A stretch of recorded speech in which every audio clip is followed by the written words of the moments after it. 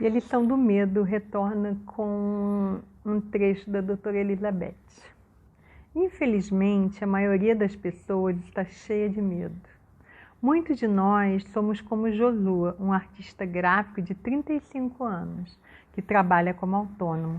Ele estudou arte e seu sonho era pintar, mas hoje passa a maior parte do tempo criando cartões de visita.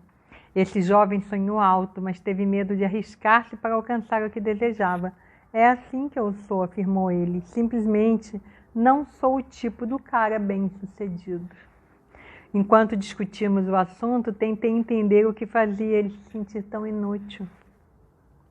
Não foi por ter sofrido um enorme fracasso ou uma grande humilhação, pois ele não exerce a pintura desde que saiu da faculdade.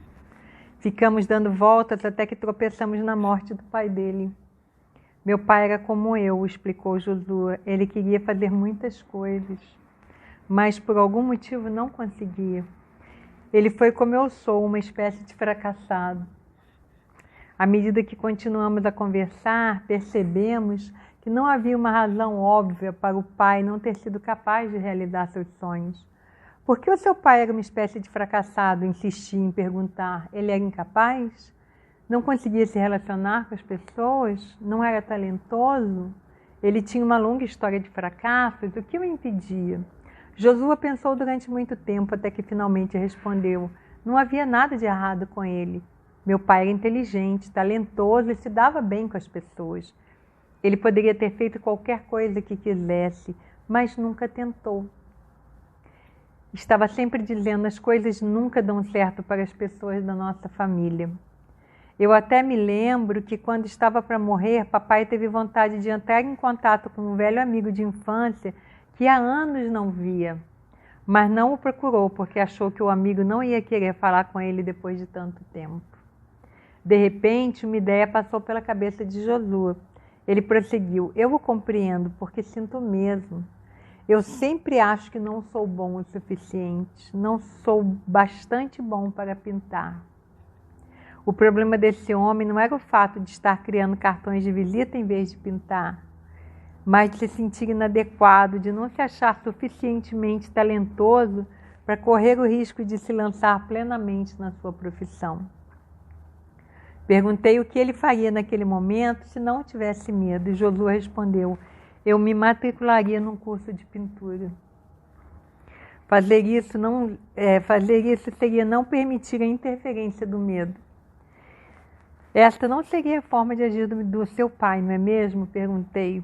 Ele pensou por um momento e depois respondeu, não. Papai morreu com todos os medos dentro dele. Josua tem a oportunidade de viver uma vida diferente, uma vida com menos medo. Talvez ele vá ser um grande pintor ou quem sabe apenas vá se distrair pintando. De qualquer modo, agora eu sei que ele não viverá uma vida de medo nem morrerá com essa frustração. Todos vivemos com a possibilidade da morte, mas os que estão para morrer vivem com a quase certeza. Acho que é por isso que eles correm mais riscos, porque já não tem nada a perder. Os pacientes à beira da morte nos dizem que a constatação de que não há nada a temer, nada a perder, lhe dá uma espécie de alegria e paz. É o medo que nos traz tanta infelicidade. O medo veste muitos disfarces, raiva, proteção, autossuficiência. Precisamos transformar o nosso medo em sabedoria. Avance um pouco cada dia, exercite-se fazendo as pequenas coisas que você tem medo de fazer. O seu medo só exerce um enorme poder sobre você quando não é desafiado. Aprenda a usar a força do amor e da bondade para vencer o medo. A compaixão pode ajudar você a usar o amor e a bondade quando se vir diante do medo. Na próxima vez que tiver medo, procure sentir compaixão. Se você se refreia por ter medo de que você ou que você fez seja inadequado, sinta compaixão por si. Suponha que você preparou um relatório sobre uma grande ideia que teve, mas está com medo de mostrá-lo ao seu chefe. Você talvez pense o seguinte, acho que ele vai detestar o relatório. Não sou bastante competente, é bem capaz dele me demitir. Se você se concentrar nesses medos, eles crescerão e se expandirão. Mas vamos imaginar o que aconteceria se você sentisse compaixão por si. Você reconheceria que fez o melhor que podia, que preparou o relatório com todo cuidado e o mostrará a seu chefe com esta disposição. Mas vale também a pena se concentrar na pessoa do seu chefe e sentir compaixão por ele. Talvez o ar fechado e seco seja um disfarce para encobrir seus próprios medos e inseguranças. Pensar no outro com compaixão é entender seus motivos, solidarizar-se com eles, por mais que seja difícil, e aproximar-se dele com amor. Se você fizer isso, seu medo se dissipará e você poderá apresentar seu relatório num clima muito mais favorável. Você terá uma surpresa ao verificar como a compaixão tem o poder de diminuir ou dissolver o medo. Se você tem medo de se aproximar das pessoas nas reuniões sociais ou de negócios porque não as conhece, lembre-se de que a maioria delas está na mesma situação. Elas não conhecem todos os presentes e também têm medo de que ninguém vai querer falar com elas. Algumas até prefeririam sair de fininho e ir para casa.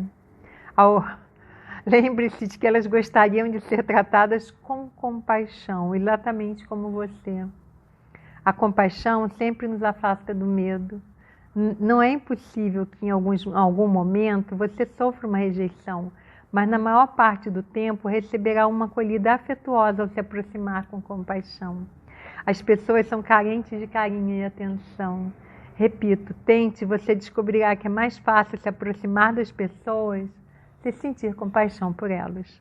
Se formos capazes de entender que, por mais que pareçam autossuficientes, as pessoas interiormente estão um pouco assustadas, exatamente como nós, poderemos começar a viver com mais compaixão e menos medo. O chefe, a pessoa doente ou os frequentadores das festas são pessoas exatamente como você, que têm medos e merecem compaixão. Quem vive com medo não está realmente vivendo. Nossos pensamentos reforçam nosso medo ou aumentam o nosso amor. O amor se expande e produz mais amor. O medo desenvolve mais medo, especialmente quando não nos damos conta dele. Geramos mais medo quando agimos por medo. Encontramos a verdadeira liberdade quando ousamos fazer as coisas que mais tememos. Dê um salto em vez de recuar e você encontrará a vida em vez de perdê-la.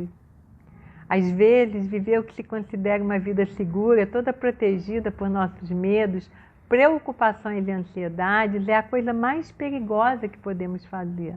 Não faça do medo uma parte permanente da sua vida.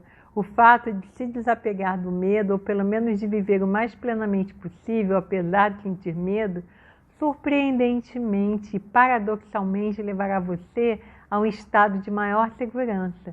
Você se entregará com mais liberdade ao amor, falará com mais espontaneidade e se relacionará com mais confiança e afeto. Quando tomamos a decisão de nos desapegar do medo, encontramos uma nova vida. Essencialmente, abdicar do medo é abrir-se para o amor. Nas palavras de Helen Keller, a mulher que superou o tremendo desafio da cegueira e da surdez, ou a vida é uma aventura arrojada ou não é nada. Se conseguirmos aprender essas lições do medo, poderemos levar a vida com uma sensação de êxtase e milagre.